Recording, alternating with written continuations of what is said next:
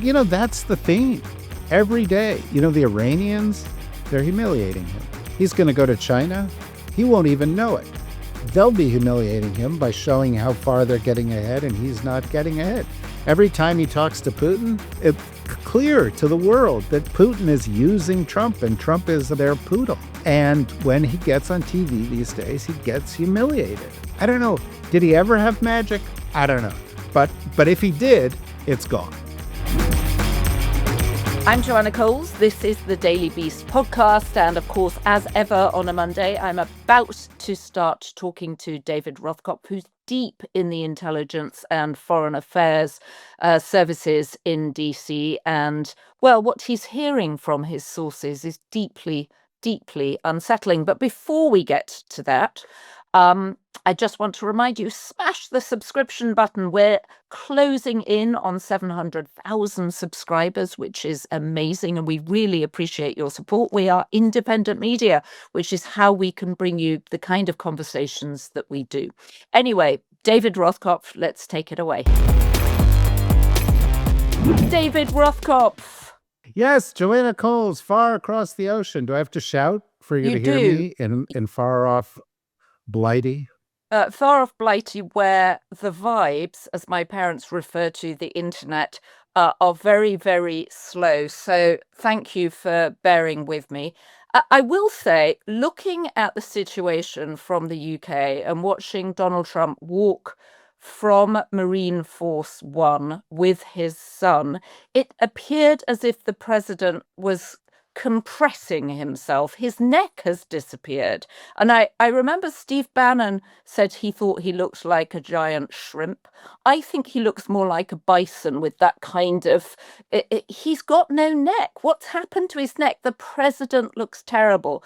His cankles swelling over his Oxfords when the king came. I mean, they're like king-sized cankles. David, he looks terrible. What's happening? What's happening with the president's health? Well, I think the president has always had the kind of job of the hut gene, and I just think it's kind of triggering now as he gets to a certain age, and he's becoming kind of gelatinous. And, it makes it easier to get around the White House. He can ooze under the door. He's always sort of had that vibe that he could ooze under a door. Right. But, there is something going on with Trump now. And I think, we've got lots of stories in the news about Iran and about the Supreme Court and about elections and stuff like that. And then there's the James Comey thing. But the one thing about Trump that's happening every day, and you're putting your finger on it here, is he's fading. He's failing. He's fading physically. He's fading mentally. He can't handle things. He said today in an interview, I'd do Iran over again. I don't think he even remembers what he did in the first place.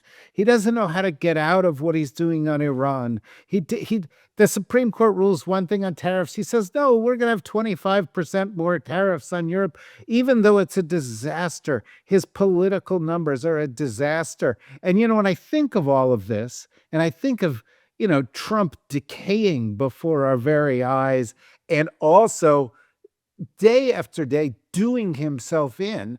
To me, the headline is you don't need James Comey to call for somebody to 86-47. Trump is 86ing himself. He's shuffling off the stage.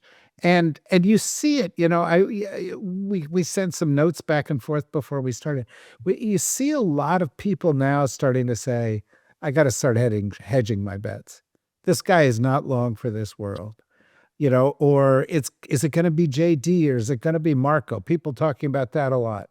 Or how are the Democrats going to succeed him, or what's going, it's the end of MAGA. And I think we need to put all this together and say, it's we're watching him dissolve before our very eyes. And tomorrow's a big day. I don't know if you're going to celebrate it there in the UK. You probably think it's Cinco de Mayo, but it's something more important than Cinco de Mayo, which I know is a big UK holiday. It's 6 months to the election. It's Tomorrow is 6 months. months. 6 months to November. Right. So intriguing. Well, he definitely looks worse. And of course, he's also now got Marjorie Taylor Greene barking at him from Ron Paul's um, sort of circus of a conference. But she said, I don't have Trump derangement syndrome. I've got Trump disappointment syndrome, which as a sort of catchphrase isn't very compelling, except that she used to be his biggest fan.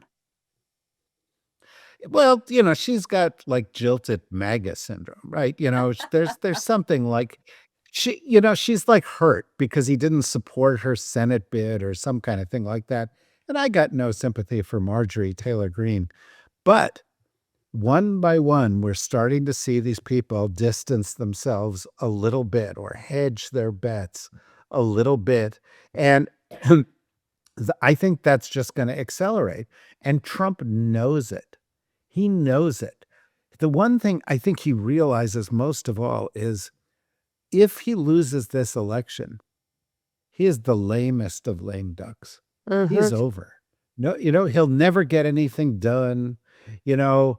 Everything he wants to do, the spending will be blocked for it. He won't build his arches. He won't be able to pave over more of the White House garden. And I think he is real. It's really, we've talked about this before. It's kind of sad. It's like watching a guy come to grips with his own mortality. And that's what I get out of Trump all the time. He's just this old man struggling, saying, no, it's happened too fast. It's going. I want more time. And it's just he's running out of time. He's running out of time, which I think is a line from Hamilton, isn't it? But is he running out of time to open the Strait of Hormuz, which the only thing his war on Iran appears to have done, of course, it's cleared out the Iranian leadership, but there's new leadership that's emerged, like when you chop the head off a worm and it grows back. But the Strait of Hormuz that appeared to be open before the war, and is largely the reason that the previous 5 presidents haven't gone into Iran as this one has. Um, is he going to be able to guarantee safe passage to the tankers and the cargo ships that are stuck there, as he's claiming? I mean, this morning he was supposed to open it for people, and the Iranians have already apparently fired on one American Navy vessel. Well, they say they fired on it. Central Command says they have not fired on it. Central Command, I think, has been lying about a lot of the damage the Iranians have done to them. There's this big sort of festering scandal that perhaps the Iranians have done much more damage to U.S. bases in the region, to U.S. aircraft and so forth than we know. And of course, we don't, Pete Hegseth's Department of Defense, nobody trusts anything that they say. But you can't trust what Trump says from one minute to the next. And on this particular issue over the weekend, he said, well, we're going to have this operation and we're going to send our guided missile destroyers alongside merchant ships and we'll guide them through and everything will be fine. Well, 2 problems with that. One problem with it is his team immediately backed off and said, well, that's not really what we're doing. We're just going to give them some advice on where they can go that's safer. Okay. Secondly, I think he's reached out to some people. There was one report that he reached out to the Chinese and said, it's going to cost us $2 billion a day to keep the strait open. And the Chinese said, that's on you, buddy. I mean, I don't think they said it's on you, buddy. But the point is, their message was this strait was open before you went and started this illegal war on the 28th. And, you want to open it up, you've got to resolve your issues with the Iranians. And we are a long way from resolving the issues with the Iranians. The Iranians have put a counter proposal. The U.S. rejected the counter proposal. There's talk about trying to get a framework. We're nowhere near getting a framework. Meanwhile, the Israelis are still, blowing things up in Lebanon. The Iranians apparently fired on a UAE tanker this morning. There was an air raid in the UAE this morning. This is a festering wound, and there is no doctor who knows how to solve it because Trump keeps saying no to the only things that could bring it to a conclusion, which is he stops fighting and he accepts the Iranian promise that they're not going to seek any nuclear weapons. And he moves on. He turns the page. But he's too stubborn to do that. So, David, I don't want to side with the Iranians in any way here. They are a horrible regime. But why would they acquiesce to anything the Americans want at this point, given that weirdly they've emerged from Trump's bombing campaign with the upper hand with the Strait of Hormuz? Then they wouldn't, and they won't, and they're not going to, and we know that. And they think they have more time than Trump does because they know there's an election. They know that if the Republicans lose in November, that Trump becomes, politically emasculated. And they know that this war is super unpopular. The longer it goes on, the higher the price of gasoline is. I filled up my car over the weekend, and admittedly, it was premium gasoline. It was $6.39 for a gallon of gasoline. I could only afford half a gallon, but it's bad news for the average American out there, and they know it. And so it's not just the Strait of Hormuz. They know they're applying economic pressure to the average American in a way that is intolerable for Trump. But Trump is just too proud. And I think Trump is also, I don't know, it goes back to this earlier point. I think he's kind of disconnected from reality a little bit. It's part of it is I think he's losing his marbles. Listen, you're in the middle. You talk to people in the intelligence services, you talk to people at the Defense Department. What are they saying? Let me tell you about Honeylove. They're an independent, female-founded shapewear and intimate apparel company. All Honeylove products are intelligently designed by women who actually wear them, including founder Betsy, who is highly involved in the development of each product. Their bras are super supportive and totally wire-free. The crossover contour bra really creates a clean shape under t-shirts without feeling restrictive, and the Cloud Embrace bra is soft, lightweight, and comfortable enough to wear all day. Same with the shapewear. It doesn't roll down, it moves with you, and it smooths without squeezing the life out of you.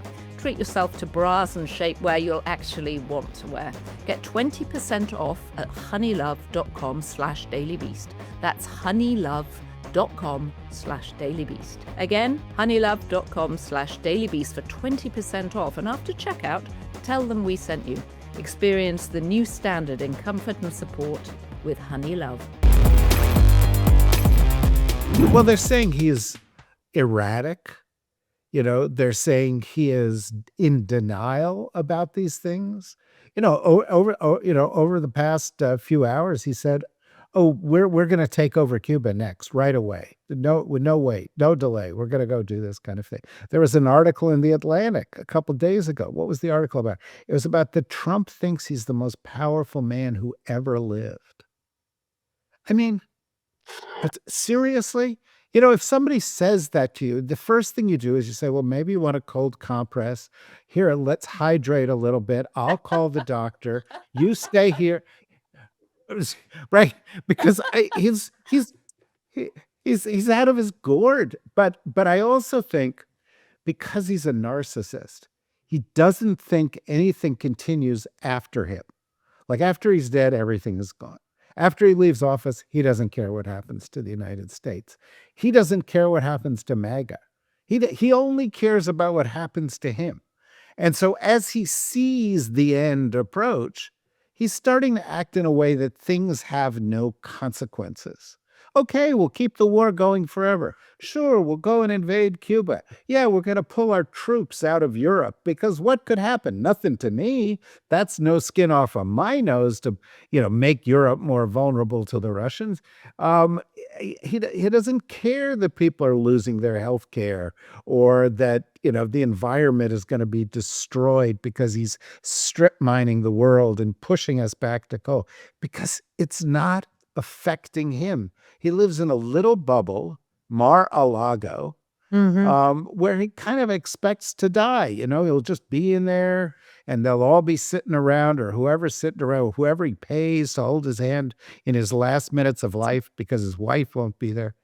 And I think that's where his head is right now. So, It's a so little it's morbid, but that's what. so what are you hearing from the Defense Department about how the Sec Def, as he's called in your terms, or Sec War, as he would like to be called, Pete Hegseth, how is he doing in all this? Well, he's doing terribly, and first of all, nobody who's a professional refers to as the Department of War. That's a Trump administration lie. It's not legal.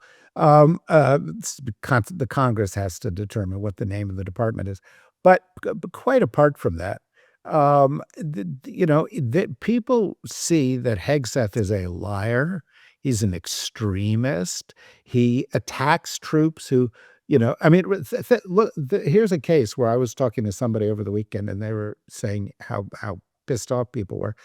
Some of the troops who were injured or near the troops that were injured or killed in the attack that hit this unfortified facility in Kuwait have said we're not being protected.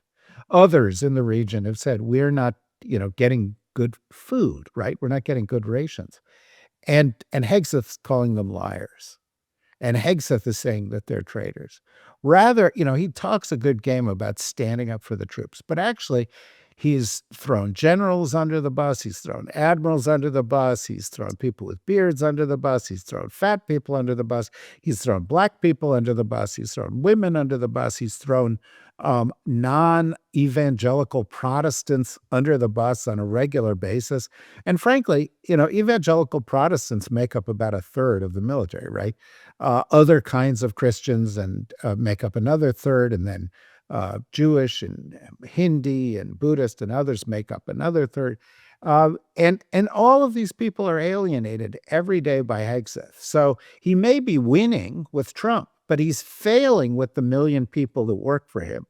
And I don't think it's unfair to say that when I talk to people, it's halfway between disgust and hatred for Hegseth. And that's why I think, there's a short list of people who are in this administration who are not going to make it to January 1st. Hegseth, Kash Patel, Tulsi Gabbard. The core of the national security team, they're all done. It's just extraordinary. And so what do we think then of the Secretary of State, who, as we know, has got in numerous jobs at this point, including National Security Advisor? Normally those roles are separate, because if you're president, you want more than one opinion. Being dispatched to talk to the Pope now. Trump has realized that if the Pope doesn't come before the election, which in theory he was supposed to be doing to celebrate 250 years of America's existence, that would be a bad thing. So Marco Rubio has now been dispatched to be the Pope whisperer, another of his jobs. Do you think he's going to get very far? And is this a slight to J.D. Vance, who basically wants to be the most public Roman Catholic in the cabinet and has got a book coming out in June called Communion about how he found his way back to the Catholic faith, presumably taking in the fact that he was the last person to visit the previous pope, and the day after JD's visit, the pope expired. Yeah, right. JD Vance, Pope killer. The Rubio story is interesting. First of all, there was one time, I've written a couple of histories of the NSC, and there was a time when their national security advisor, the Secretary of State, was the same person. It was Henry Kissinger, played both roles. Marco Rubio is not Henry Kissinger, but Donald Trump is not Richard Nixon. And Richard Nixon was actually extremely adept at foreign policy, doesn't actually get enough credit for some of his breakthroughs, like the opening to China and so forth. And so it's a very, very different kind of situation. But it didn't work very well. So I actually spoke to Gerald Ford about this because he is the one who undid it. He left Kissinger as Secretary of State, and he made Brent Scowcroft, who was Kissinger's deputy at the NSC, as the national security advisor.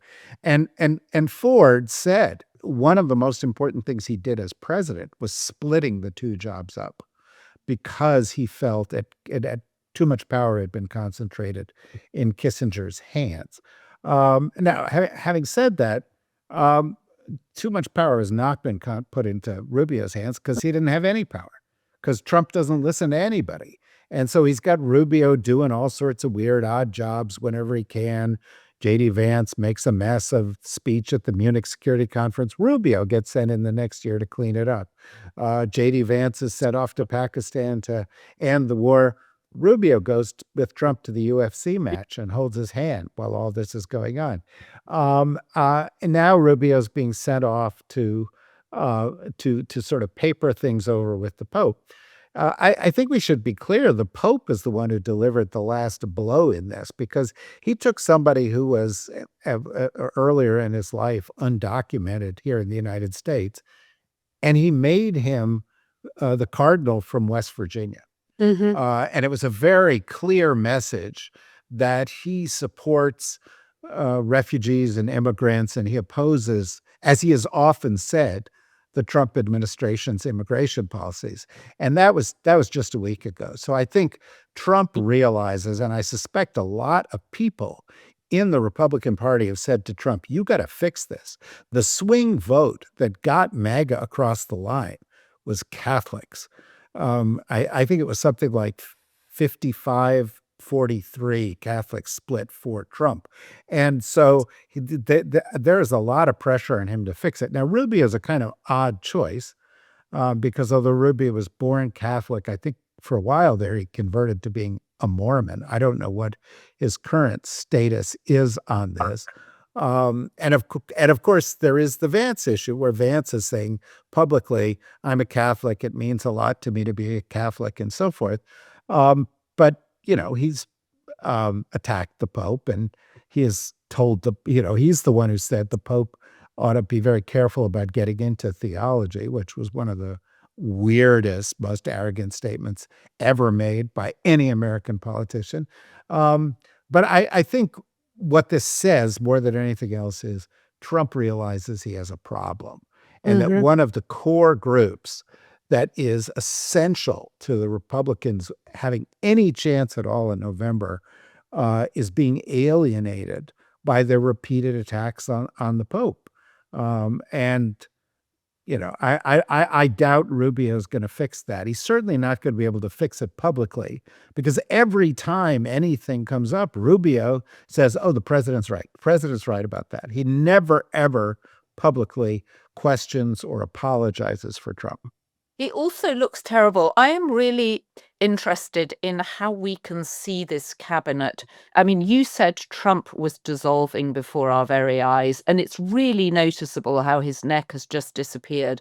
And we should figure out what was going on at his dentist appointment this Saturday. But when you look at these cabinet ministers, you can see the stress on their faces. You can see it on Rubio's face, Rubio's definitely lost weight. He looks gaunt. His face has sort of gotten longer. Pete Hegseth in the hearings last week looked absolutely frantic. He looked a cross between sort of panicked and frantic.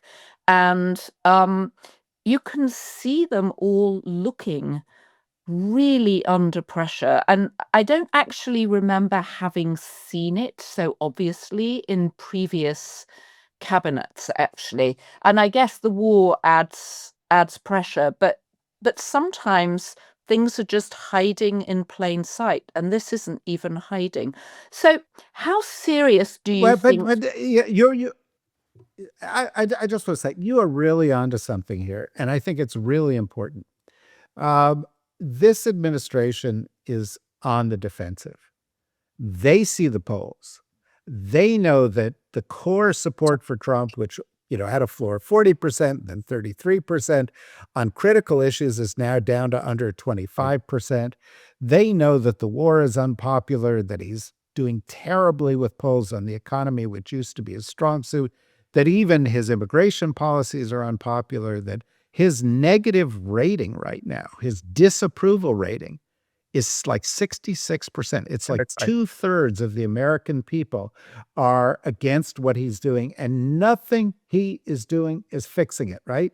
And Mhm. so who's on the defensive? Caroline Levitt's on the defensive. Stephen Chung is on the defensive. Susie Wiles is on the defensive. Hegseth is yelling at everybody around him. Rubio's on the defensive. Bondi was on the defensive when she was there. Now Todd Blanche, the acting attorney general, is whining and whining and whining all the time because he is on the defensive. Somehow Scott Bessent has gotten even smarmier. He's become more smarmified. He is in his own condescending kind of super weird 1930s movie villain way. He is getting weirder. And the reason you haven't seen it very much is that usually the message from administrations or the feeling about them from within is a little more mixed, right? Mhm. Mhm. Usually there's some good news to balance things out. And there was a moment during the George W. Bush administration where things were pretty bad, and ultimately, you know, he got rid of Rumsfeld and he shook things up a little bit because of that, because he was trying to adjust to it. The problem with Trump is he doesn't adjust. The only time I remember it really like this was Nixon during Watergate, where they were so defensive. I don't know if you remember it, but there was an incident where Nixon's press secretary, Ron Ziegler, pushed somebody out of the way. Just he couldn't contain himself and he pushed somebody. And he was starting to have cabinet secretaries go to jail, and there was a meltdown. And keeping with our theme of dissolving, there Mhm. is a meltdown going on in the Trump administration because nobody's got a solution. Pick a problem, any of the problems that they've got, whether it's the economy or Iran or, healthcare or the Congress not getting anything done or whatever. Nothing is working. Everything they try. Let's have Melania make a movie. Let's, have the president announce some new building. Let's, I don't even, it seems that there's even some discussion that the UFC fight on the South Lawn of the White House, the ultimate bread and circuses distraction of this administration, may not happen. Who knows? But the point is, they're plumb out of tricks. They Well, there's no more rabbit. There's no more rabbits in their hat. right, there's no rabbit to pull out of a hat. And also, the other thing that Donald Trump has done is because he's allowed cameras into the cabinet meetings, we are all so much more aware of the people he has put round him. So we know what the head of intelligence looks like, Tulsi Gabbard. We know what Pete Hegseth looks like. We know who Marco Rubio is. We know who Linda McMahon is. We all knew who Laurie Chavez de Rima was, the Labour secretary who just got fired because she did this egregious suck-uppery where she said, Mr. President, I do hope you've seen that your beautiful face on the banner hanging outside the Department of Labour, which was still not enough to protect her once her husband got banned for the building for sexually harassing members of her department. Her father was told to stay away, and her own bodyguard had to leave because of relations they'd had. So we know who these people are because Trump has let us in a way that normal presidents don't. And he has created them as characters. So we all know them as characters and we can see their flaws and we don't see any of their strengths because, as you say, everything is going wrong from ICE to foreign affairs to the prices of things. It's all going wrong. Well, this may seem a little facile, but bear with me here. It really does seem like a psychotic version of The Apprentice. Trump, Yeah. the myth of Trump was that he was a great businessman. He wasn't. He was a bad businessman. Everybody knows he was a He bad was a businessman. terrible You, businessman. David, he was a terrible businessman. Remember, terrible. Trump steaks, Trump water. I mean, the list goes on and on. Trump wine, Trump champagne, Trump Well, he lost money University. running a right. He lost money running a casino. Nobody could do that. My dog Grizzly could make money running a casino. But here's the thing. Look at his cabinet. It looks more and more like The Apprentice, right? He's got a No. table full of people who are like the characters who are on that show. And one by one, he's firing them. And, at the end of the day, one of them's going to be left and they'll say, well, and you get a great new job, Marco or JD or whatever. You can succeed the president. Except, of course, that job's a fake too. He is in no position to promise that. But meanwhile, this you're right, because it's kind of televised. This is, I mean, again, it's facile, but it's true, right? Right. This is reality TV presidency. And the way reality TV shows go off the tracks is when there's no appealing characters. There's nobody anybody can relate to. The host is kind of odious. And then, the show gets canceled. And The Apprentice, the Apprentice ratings started to fall. The ratings of this show are shown up in the polls and they're going to fall. And he is going to behave ever weirder. And I think he will fire a lot of these people because they're not helping him. And he won't own that the reason the problems exist is him. He'll say, oh, well, Marco dropped the ball on that. Pete dropped the ball on that. Kash Patel. I mean, you're in the UK, so you didn't get to watch Aziz Ansari Oh, I do his did. Kash Of Patel course I imitation. watched it. Of course I watched it. It was fantastic. The only thing he didn't do, I mean, he did that brilliant thing with the eyes. He didn't do the cross eyes, which is what Kash Patel does. But I thought Aziz Ansari, I mean, it couldn't have been better. Him and Colin Jost as Pete Hegseth, frat boy, was wonderful. And if you haven't watched it, go and watch it on YouTube because it was really good. Yeah, it's good. But, the thing he captures in both of them, the reason it's funny is their desperation. Hegseth lashing out at everybody, yelling at everybody, telling them all that they're jerks, but doing it with that kind of eighth grade, locker room, kind of humor that he uses. And Aziz Ansari sort of begging for his job, or as Kash Patel begging for his job and saying, I'm great. And soon I'm going to find where Osama bin Laden is. Oh, I know, that It was was so so funny. It was so funny. We have a very good story in the Beast today about the video that Kash Patel released showing all the work that the FBI has been doing. And of course, the FBI does do good work, even when it's led by Kash Patel. But the whole thing was very clearly a plea to Trump to help him keep his job. And of course, there was lots of criticism of the previous president, of Joe Biden, for not appearing, for never doing interviews, or I think he did 6 the entire time he was president. But he didn't sort of play his cabinet like this and dangle them in front of people so that they were essentially failing in plain sight. And you'd be pushed to remember who some of Obama's cabinet secretaries were, because the business of government with both Biden and with Obama was taken seriously and went on, in quiet rooms where people could work effectively without having a camera in their face. If you're in a cabinet meeting and the camera is in your face, you have to perform for it. And what Trump has done is surrounded himself with a cabinet of performers, as we've talked about before, like P.T. Barnum. And as you say, the ratings have plummeted when you go inside and you see what's happening, and it's not going to get any better. Yeah, the problem is this, of course. This isn't The Apprentice. It's not a meaningless reality TV show. Having Trump think that he's the most powerful man in the history of the world is super dangerous as he decays before our very eyes. And every single day, some damage is being done to the United States and to the planet Earth. And typically, on typical days, multiple kinds of damage that are either irreversible or terrible. Last week, we haven't talked about it here because it's just not as zesty. But last week, the Supreme Court made one of its worst decisions in history when, in the Calais decision about Louisiana, essentially they said, yeah, no, the Voting Rights Act is over.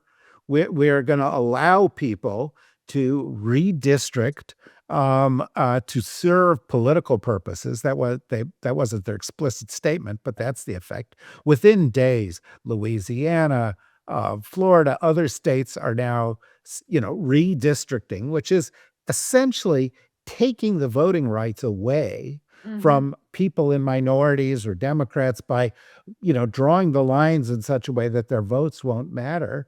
And Trump is over the weekend, again, in his kind of manic way on True Social, urging them on. We need 20 more votes. And if they don't get the 20 votes, they're going to impeach me.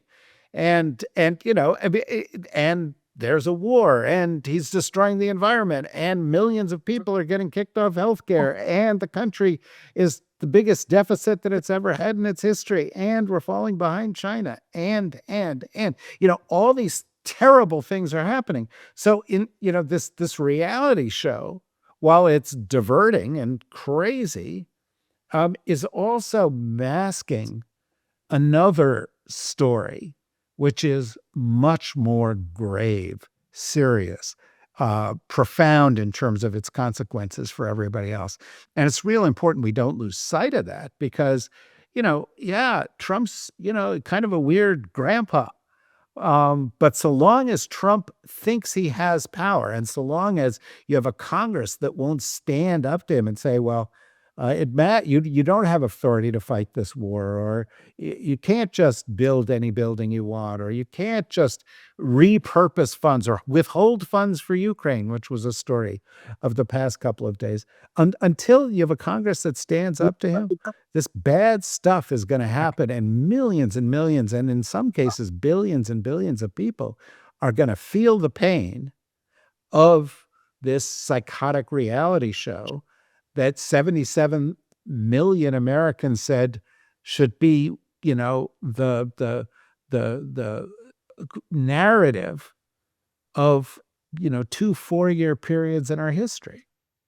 So last week when we spoke, you thought that the king was a stooge. You thought that he'd been Mm. dispatched by the British Prime Minister to try and soothe I Donald thought Trump. I thought we'd get back to this. Yes, go on. Well, I'm curious though, because what you heard and what you saw, and for me, the most fascinating achievement of the king was the fact that he got Congress to stand, both parties to stand, but he got Republicans to applaud, the idea of American democracy, the idea of the beautiful, pristine American environment, and he got them to applaud things which shouldn't feel controversial, but of course everything's controversial and everything's political under this particular system that we have at the moment, or under this particular president. I was curious to see whether or not you felt better about the king's visit after he'd come and gone. And I promise you, I'm not trying to say I told you so, because he exceeded my Really? expectations, and my Really? expectations were reasonable. Oh, really? It feels a little bit like I told you so, but I got to tell you, totally justified. You were right. I was wrong. Okay. And this is one of the things that makes me different from Trump. I'm able to acknowledge it. The other thing is that I have a neck. But between those two things, I'm quite different from Trump. But I thought the king did a great job. And in some ways, I thought he did a masterful job. He Mhm. stood in front of the Congress and he delivered blow after blow to Trump and what's wrong with Trump, whether it was the Magna Carta and the importance of the rule of law, or the importance of checks on executive power, the importance of NATO, or the importance of supporting Ukraine. And the list of things goes on and on. And it has just been spectacular that he was able to do this. And as you say, get the Republicans to actually stand up and applaud him as he was deconstructing Trump. And, another sign, by the way, of Trump losing it is he was, sort of, you know, trying to rub up against the king and get some of that royalty to rub off on him. Uh-huh. And after the speech, in which it was like, some samurai warrior with a razor sharp katana chopping somebody apart, and they don't even know it until they shake and all the pieces fall apart. After the speech, Trump goes, "That was a great speech. I wish I could give a speech like that." And so the main thing that I took away from it is Trump didn't understand anything the king was saying. Well, You know, I think and that's he did probably this. true. Well, he Yeah, seemed mesmerized by the king's accent, but also when the king said, we must support Ukraine, and their whole house got up and applauded that. That was also a moment, I thought, that has actually been it was underplayed.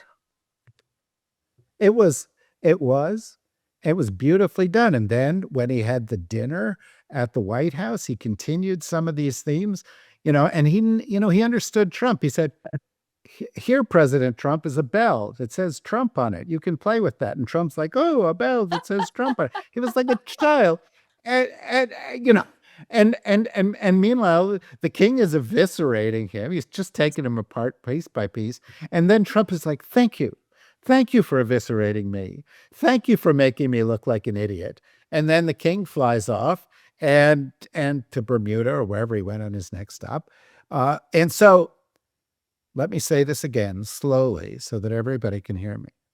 You are right, Joanna, and I was wrong. Well, I don't hear that very often on podcasts, David, so I'm going to take it. But he exceeded my expectations. I thought that he would do some real diplomatic jujitsu, although I like your idea of the samurai so that the bits fall apart when the victim stands up. But Trump didn't quite understand, I think, what was happening to him. He was so fixated by the accent. It was I sort mean, of look, we talk a lot about Trump, but I don't think we should ever completely set aside the fact that he's an idiot. I mean, he's a bad guy, and he's decaying, and he's demented, and he has, he's got certain horrible impulses, but he's also an idiot. And I Mhm. just don't think, I don't think he's ever listened to a speech. I don't think his attention span is long enough to, he's got something in his brain, and unless the guy actually says the word Trump, he doesn't hear it. He doesn't hear it. Unless it's about himself, he doesn't hear it. And it was also fascinating watching Melania standing next to him. I mean, 2 weeks after she gave her very peculiar speech about not knowing Jeffrey Epstein. And there she was again, and he's trying to reach for her hand and she's flicking it away. And then she finally takes it when they have to Oh, walk down the stairs because she knows he needs to cling on to her to walk down the stairs. He wasn't right next to a banister. So that was a sort of semi-tragic moment too, because her disdain for it him is was really very clear. Very clear. it was so horrible to watch her flick his hand away so that he couldn't hold her hand. And she's sitting there stone faced. It was just, I mean, you almost, and not quite, but almost felt something for Trump in that kind of humiliation. But that's the theme every day. The Iranians, they're humiliating him. He's going to go to China. He won't even know it. They'll be humiliating him by showing how far they're getting ahead, and he's not getting ahead. Every time he talks to Putin, clear to the world that Putin is using Trump, and Trump is their poodle, and when he gets on TV these days, he gets humiliated. He's just I don't know. Did he ever have magic? I don't know. But if he did, it's gone. His magic has gone the way of his neck. It's sort of compressed on itself. We should be, by rights, David, you and I, at the Met Gala tonight. Jeff Bezos is Yes. the Mhm. biggest sponsor of it. I think he and Lauren Sanchez, his second wife, I think, is he her fourth husband or fifth husband? Fourth husband, I think. They're supporting the Met tonight with $10 million. We are not going. Trump is not going either. And neither is Zoran Mamdani.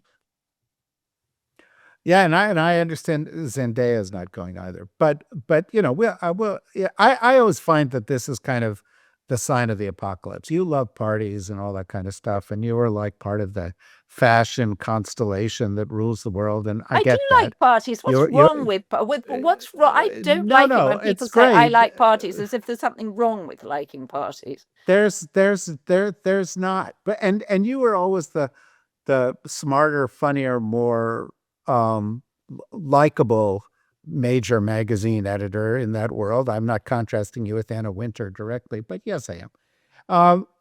But here we've got this event taking place, which I always feel is like a sign of the apocalypse, because a bunch of nobodies show up in these incredibly excessive pieces of clothing and celebrate themselves for how rich they are, and the world is suffering. But having said that, it is interesting with the Bezos thing and with Lauren Sanchez trying to place herself at the center of this, because we do have to remember that Trump is a pawn of a bunch of oligarchs who are putting billions of dollars into our political system and our other systems so that they can control the outcomes. And, Peter Thiel and Palantir, want to have a kind of new kind of state where women can't vote. And Bezos has his agenda and Elon has his white supremacist agenda and so forth. But those people will be there after Trump is gone. They will be going to the Met Gala after Trump is gone and forgotten. One thing that I think is kind of interesting, I did not get to go and see The Devil Wears Prada 2 this weekend, although I was glad to see the Daily Beast had a nice review of it. But the people I've spoken to who did get to see it and enjoyed it a great deal thought it was quite interesting that here is this very Vogue-centric movie that has Jeff Bezos as the villain. And then, cut to the Met Gala, also under Vogue, and you have Jeff Bezos as the center of attention and the chairman. And it's like they're trying to have it both ways. It's like, yeah, let's make fun of the billionaires, but let's not make too much fun of the billionaires. And that's, there's a little bit of that vibe going on with everything right now, because as people see Trump and the MAGA movement, these others losing some power, everybody's going to start trying to have it both ways. They're going to show loyalty to the powers that be, if that that they think they need to, but they're going to distance themselves where they can. And I think the juxtaposition in this movie and this event is just a little vignette of that. Yeah, well, we'll see what everyone was wearing. I find the sort of pick me where people are just wearing more and more outrageous outfits because they just want the clicks, um, is so much less interesting than fashion used to be. But I went once and I thoroughly enjoyed it. It was great fun. But David Rothkopf, we will be here next Monday. We can dissect the pick-me outfits if we need to, but I suspect there will be more urgent matters for us to pay our podcast attention to. Well, yeah, but I hope we don't just limit ourselves to the urgent matters, because sometimes the fun matters are helpful. And, in fact, if I can add one last thing, I've been thinking about this a little bit. Maybe I'll write something for you about this. But I've been thinking about what a huge hit the astronauts from the Artemis mission have been. and that they're on every show and everybody. And they are so likable and they're such good people and they're so serious about their work. And what they did was so heroic. And we can feel good about them. And we're just Trump is so toxic. He is constantly pissing into the well of our lives.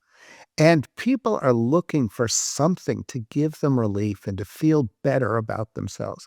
And I actually think this is going to drive the elections. I was listening to Texas Senate candidate James Tallarico over the weekend. And I was like, yeah, the more I listen, the more I get it. He makes people feel good about themselves again. And the astronauts make us feel good about themselves again. And if The Devil Wears Prada 2 got $277 million or whatever its worldwide box office was, it was because people want something to just divert themselves and to laugh a little bit. And I don't think we should underestimate that the sense of grossness, the sense, I do my work, I go to Washington, I come home, I want to take a shower because Trump and the people around him are so gross.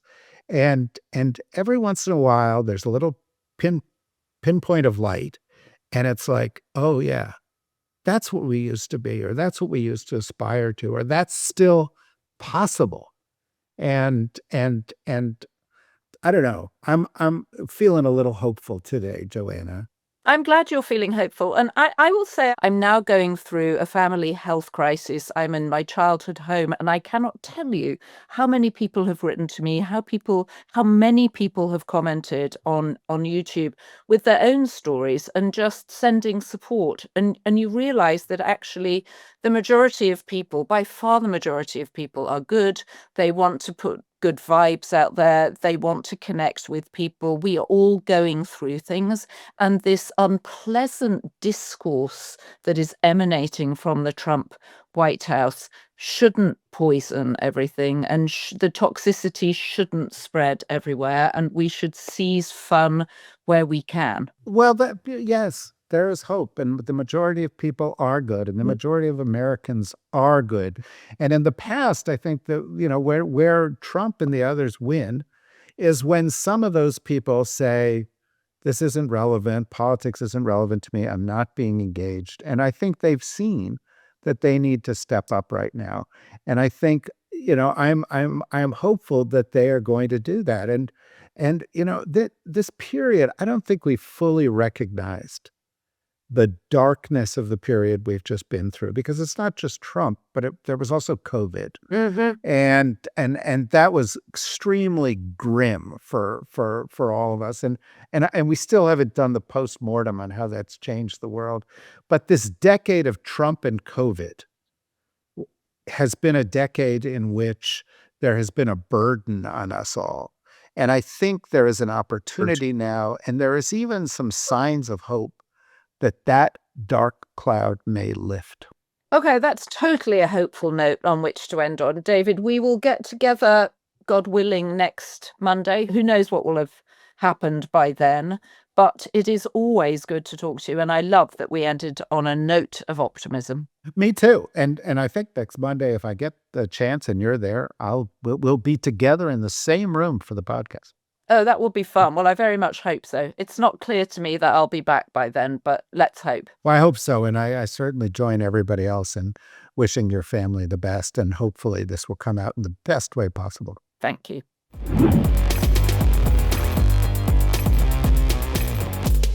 If you have been, thank you for joining us, and a big thanks to Devon Rogerino, who's been our producer for the last year and who is now leaving us. He's going to the US Sun, so we wish him the best of luck there. And our team, Ryan Murray, Rachel Passer, Heather Passaro and Neil Rosenhaus.